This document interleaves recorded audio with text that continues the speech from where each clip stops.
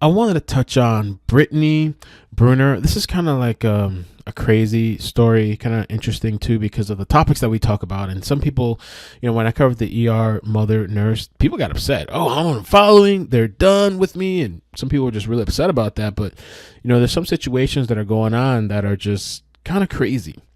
Now, she worked at a place called Silverado Beverly Place, and Brittany had spoken with her mother. Okay, Brittany worked in a dementia. It's an upscale dementia center in Los Angeles, and she in mid-March she was rattled and looking for advice, so she reached out to her mother.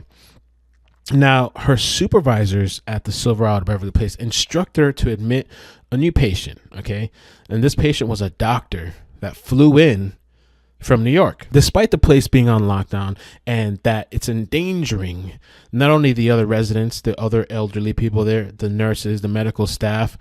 It was on lockdown. You shouldn't have taken that patient, but it's a doctor flying in from New York. So this person's probably getting VIP treatment. I worked in many hospitals, two of them. The hospitals always have a VIP section for people that are like celebrities or they want to pay for a special room.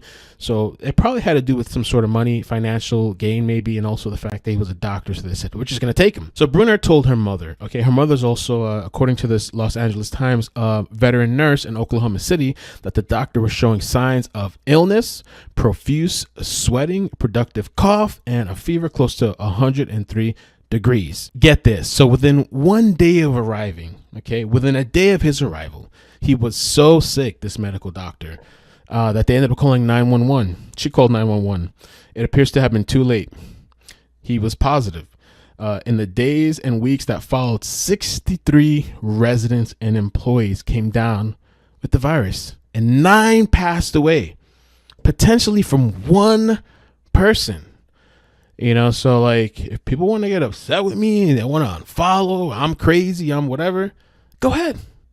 Like, what can I say? Go live in a fairy tale somewhere else. And this is not to say to freak out and go crazy, but this is just to say to be cautious. And there's people that are already being cautious. There are people that are not taking it serious. And I'm not saying that the woman here wasn't. I'm saying that her manager wasn't. Probably for some financial gain for a doctor. Bruner was only 32 years old.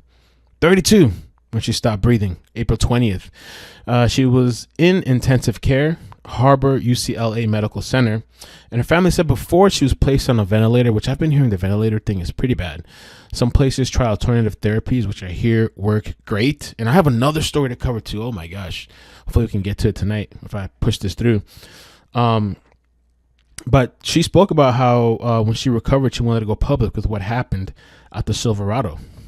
125 bed facility.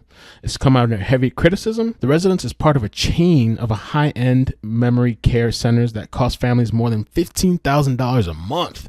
This is top of the line for luxury touches and gourmet food, live performances, and cutting-edge dementia treatment. Residents' family have accused management of greed and for signing up a new customer at the time of the family visits where had been canceled and non-essential employees barred.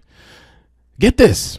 Silverado's parent company has consistently defended the decision to admit the new resident as a reasonable and compassionate. Representatives, including the company's chief executive, have insisted the man had a pressing need for care. So the company's stating that when he showed up, he had no signs, which is kind of hard for me to believe, because if he had no signs when he showed up and then just 1 day of being there, they have to call 911. And when she describes it as the guy had 103 fever and persistent coughing and profusely sweating, the company's protecting themselves, from my opinion. They're just protecting themselves. You guys let me know your thoughts, man. Absolutely reckless.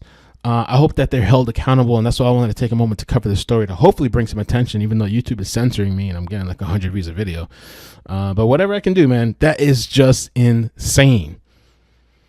And they'll probably have some sort of insurance which will cover this kind of liability issue that happened with this nurse. It's just tragic. 32 years old. That's insane. Insanity. And the company is double downing and triple downing and quadruple downing, according to Los Angeles Times.